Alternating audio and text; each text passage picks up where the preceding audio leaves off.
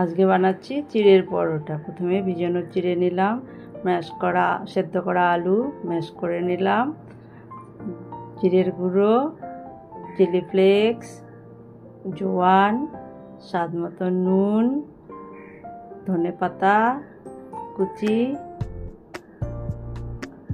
আটা, পরিমাণ মতো আটা, আপনারা একটু বেশিও নিতে পারেন, ময়দা নিয়ে এবার আপনি ভালো করে মাখুন। আলুর যে জলটা থাকবে সেটাতেই মাখা হয়ে যাবে।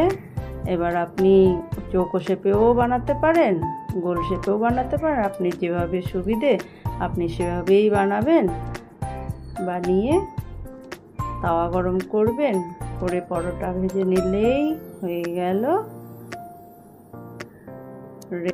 রোজ একঘেয়েমি খেতে খেতে একটু চেঞ্জ হলে ভালো হয়, মুখের স্বাদটাও পরিবর্তন হয়।